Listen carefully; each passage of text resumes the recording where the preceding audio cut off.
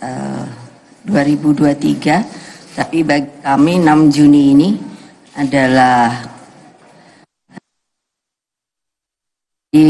kami buat memang Rakernas ini disesuaikan dengan tanggal lahir beliau. Perjuangan bulan Juni itu telah di bulan Karno.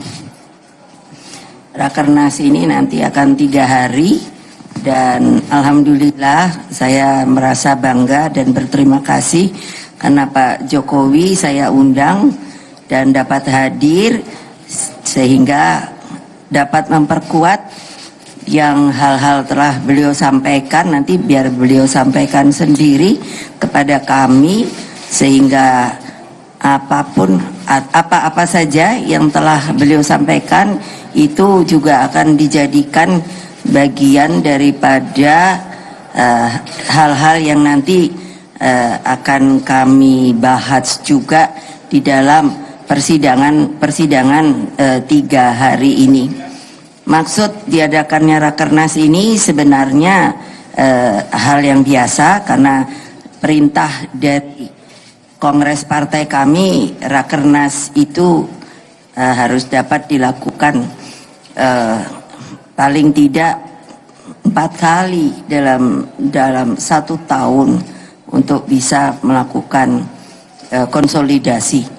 Dan tentunya pada kali ini Rakernas ini juga jadi sangat penting karena kami sedang bekerja di dalam rangka konsolidasi partai dari paling tinggi, jajaran paling tinggi sampai ke anak ranting untuk nanti mulai memproses hal-hal untuk pemilu 2023.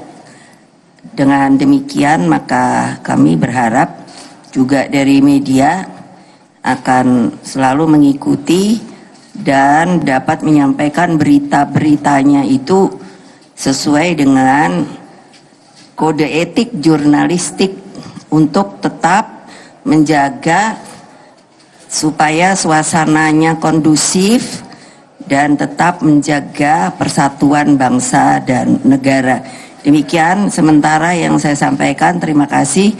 Wassalamualaikum warahmatullahi wabarakatuh. Om Santi, Santi, Santi Om. Saya serahkan pada Bapak Presiden Insinyur Joko Widodo.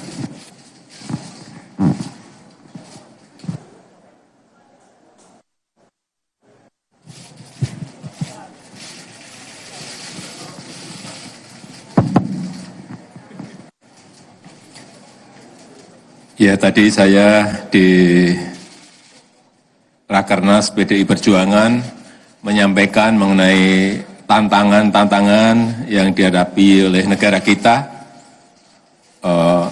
utamanya dalam kesulitan global yang sudah sering saya sampaikan, baik yang berkaitan dengan krisis pangan, krisis energi, krisis keuangan, dan adanya perang. Saya kira tantangan-tantangan seperti itu harus kita ketahui bersama sehingga PDI Perjuangan bisa mendesain sebuah rencana besar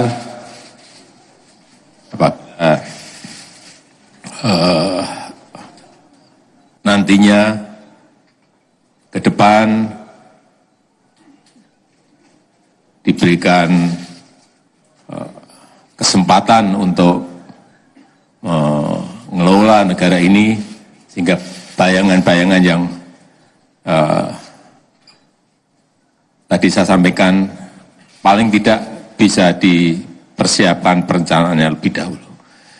Tetapi juga ada sebuah kesempatan besar dalam membawa negara ini masuk menjadi negara maju dalam 13 tahun ke depan. Ini juga tentu saja akan lebih baik kalau perencanaan besarnya disiapkan mulai dari sekarang di dalam Rakernas PDI Perjuangan ini. Saya rasa itu yang tadi saya sampaikan. Selanjutnya ada tanya jawab. Silakan.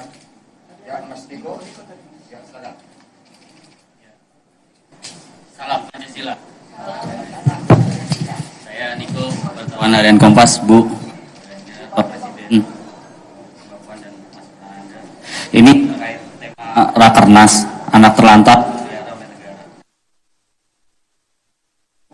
Dan Rakernas ini kan membahas bagaimana kemiskinan ini bisa ditekan menjadi 0%. Lalu apakah ini juga menjadi bagian dari visi misi dari Mas Ganjar sendiri, Bu, untuk mengentaskan kemiskinan? Lalu apakah ini realistis gitu Pak Presiden untuk pengentasan kemiskinan ekstrim ini? Karena Pak Penas juga kemarin menyampaikan ini naik gitu dan agak sulit capai soal pengentasan kemiskinan itu. Lalu soal kedua pada Pak Presiden, saat ini sedang dibahas mengenai kemarin itu Pak Menhan Prabowo Subianto mengusulkan proposal perdamaian, Pak. Nah itu usulan itu kan jadi kontroversi. Bagaimana Pak Presiden melihat ini? Apakah usulan itu menjadi memang kebijakan Pak Presiden untuk memberikan proposal perdamaian itu? Lalu Pak Presiden dikit lagi Pak, wejangan untuk Mas Ganjar seperti apa? Apakah Bapak kan soal Uni Eropa tuh agak keras gitu ya Pak, soal jangan takut kalau digugat, lalu juga soal hilirisasi. Seperti apa kepemimpinan yang Bapak kasih wejangan ke Mas Ganjar? Terima kasih. Salam Pancasila, Bu. Pak. Salam Pancasila. Izin saya Rion dulu dari CNN TV. Izin bertanya kepada Pak Jokowi dulu. Ada 2 pertanyaan, lalu ke Ibu ada 1 pertanyaan. Pertama ke Ibu dulu. Terkait dengan pidato politik Ibu tadi, di dalam memang pasti tentu ada hal substansial mengapa pidato Ibu dilaksanakan tertutup begitu Bu ya. Tapi kalau kami izin boleh tanya sedikit, apakah ada penekanan dari pidato Ibu terkait dengan pernyataan Pak Jokowi sebelumnya terkait dengan cawe-cawe dalam Pilpres 2024 Bu? Apakah ada penekanan kepada Pak Jokowi untuk tegak lurus terhadap perintah Ibu untuk mendukung Pak Ganjar Pranowo dalam Pilpres? Lalu yang kedua, kepada Pak Jokowi, Pak, foto Bapak itu kan dipakai oleh capres tertentu di beberapa baliho. Apakah itu sudah seizin dengan Pak Jokowi dan apakah itu merepresentasikan Pak Jokowi mendukung capres tersebut? Dan yang terakhir, ada suara dari parpol non pemerintah soal tekanan kepada parpol oposisi. Salah satunya adalah Partai Demokrat terkait dengan peninjauan kembali di MA oleh kubu Muldoko, Pak. Apakah benar ada intervensi pemerintah, Pak? Karena ada tuduhan bahwa Pak Jokowi sengaja diam soal itu. Bagaimana Pak tanggapannya? Terima kasih Bu, Pak. Terima kasih wartawan bersedia untuk datang ke kerja kita Rakernas ketiga PDI Perjuangan. Seperti apa yang ditanyakan oleh Kompas, karena saya sama Pak Jokowi tidak janjian, tetapi itu mengekspresikan bahwa saya dan Pak Jokowi acap kali satu tujuan di dalam membangun bangsa dan negara ini. Memang tagline kami itu sebetulnya seharusnya tidak perlu dipertanyakan lagi, karena itu ada di Undang-Undang Dasar bahwa fakir miskin itu harus diurus oleh negara. Pertanyaannya, apakah bisa? Bisa kalau kita semua sepakat untuk melakukan hal itu.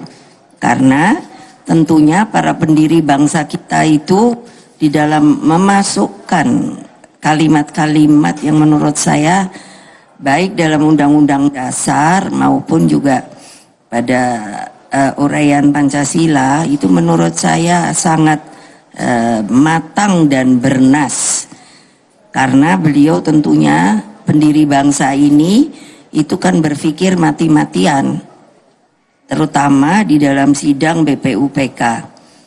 Nanti dicari sendiri apa kepanjangannya. Lalu dengan demikian maka yang diperlukan memang persatuan. Kalau kita semua, persatuan itu bukan fisik saja tetapi juga jiwa. Kalau kita mau maju, saya sangat yakin seluruh rakyat mendukung. Apa yang akan dilakukan dari kata-kata itu akan sangat benar dan sebenarnya mudah untuk dilakukan. Karena apa? karena negara kita ini kaya sekali, tetapi potensi-potensi yang ada belum sepenuhnya secara maksimal itu diangkat dan dijalankan. Kalau kita lihat kerja Pak Jokowi itu dari Pak Jokowi 1 sampai Pak Jokowi 2 itu kan kelihatan sekali. Jadi kalau ada orang sepertinya menutup mata mengatakan bahwa kerja Pak Jokowi itu membuat transportasi dalam pengertian jalan, itu ya saya pikir itu orang itu kurang bijaksana. Padahal kan itu berarti membangun itu dari sisi ekonomi kan tidak boleh tangan kosong, apapun juga sudah harus dibahas, dan itu kita punya tata pemerintahan yang anggarannya mencukupi apa tidak. Oleh sebab itu Pak Jokowi antara lain telah mengatakan bahwa kita perlu mulai tahun ini sampai tahun 2034, jadi hanya 13 tahun yang dikatakan oleh beliau adalah sebuah bonus demografi, yaitu artinya dari sisi manusia Indonesia yang dapat memberikan bonus kalau mereka semua itu dapat mendapatkan lapangan kerja, bisa menaikkan produksi dan lain sebagainya, maka itu tentunya akan menaikkan Indonesia. Kalau dari juga sisi banyak hal yang didapat oleh beliau dari luar negeri, kita yang dari negara berkembang dapat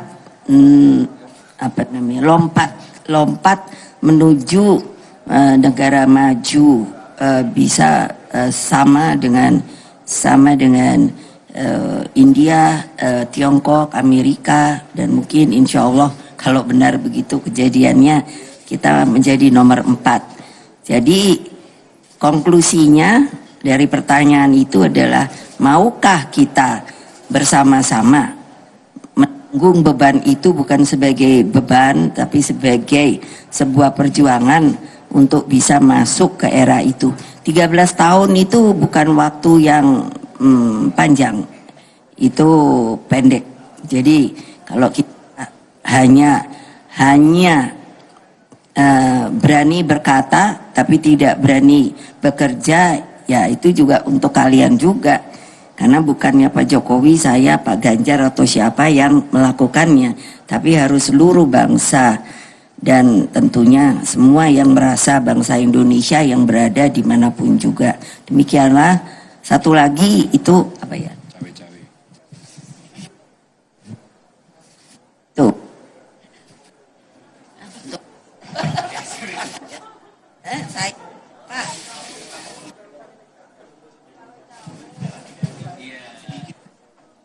Lulu apa sih? Itu ya, makanya wartawan tuh kenapa suka nakal sih? Pikirannya itu menurut saya kok gimana ya? Nanti kalau dibilang yang lebih lugas ngamuk gitu. Makanya kan ngapain saya nekan presiden? Loh, itu yang harus bisa dibedakan loh. Saya ini orang taat aturan. Nah, kalau ditanya, lah kan mungkin aja Pak Jokowi kan yang dipilih ibu. Loh iyalah. Tapi kan juga yang memilih rakyat Indonesia setelah di apa itu? Di MPR di apa namanya? Dijadikan, dilantik itu. Ya saya hormati sebagai presiden saya. Jadi kalau dibilang neken, saya mau nyari cara nekennya gimana? Dia Pak Jokowi nanti ngamuk sama saya, ini aja lihat nih pasukannya aja kayak gini, tuh lihat, mana saya punya pasukan kayak gini. Tadi saya bilang beliau, rakyat Indonesia ini musuhnya sak gede dia ini loh. Saya tanya, siapa namamu? Nah tuh udah kapten suaranya gitu, udah gitu tingginya 185. Aduh saya lemes, saya bilang sama beliau, Pak stunting, Pak. Jadi apa saya nekan? Nah, terima kasih.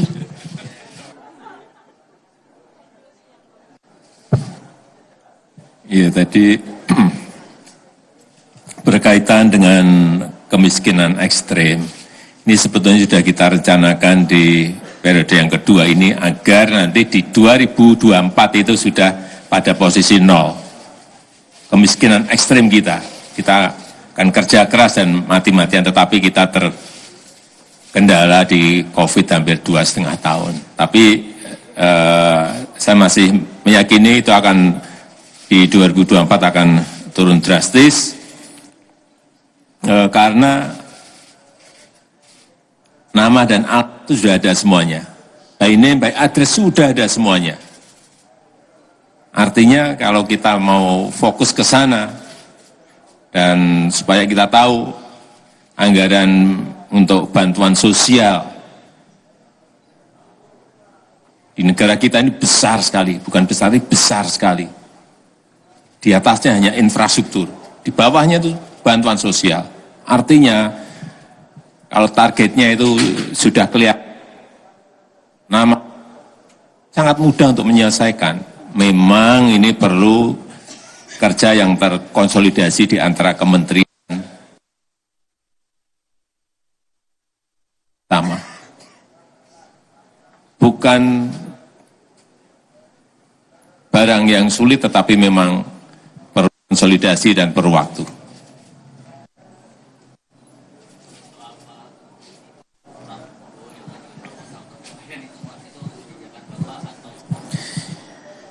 Itu dari Pak Prabowo sendiri.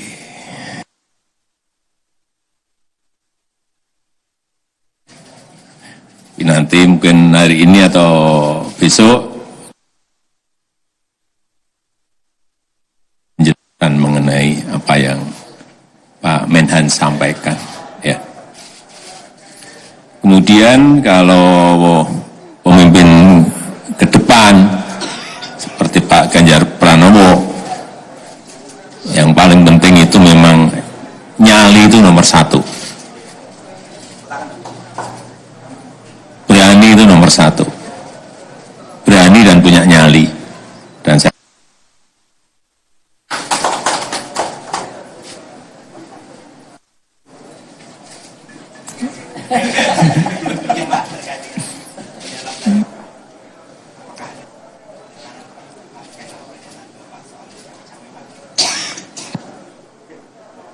cawe-cawe itu sudah saya sampaikan bahwa cawe-cawe itu saya sampaikan bahwa menjadi kewajiban moral, menjadi tanggung jawab moral saya sebagai presiden dalam masa transisi kepemimpinan nasional di 2024, ya harus menjaga agar isi kepemimpinan nasional serentak Pilpres itu bisa berjalan dengan baik tanpa ada riak-riak yang membahayakan negara dan bangsa. Masa riak-riak yang membahayakan dan bangsa saya disuruh diem? Enggak lah. Ya.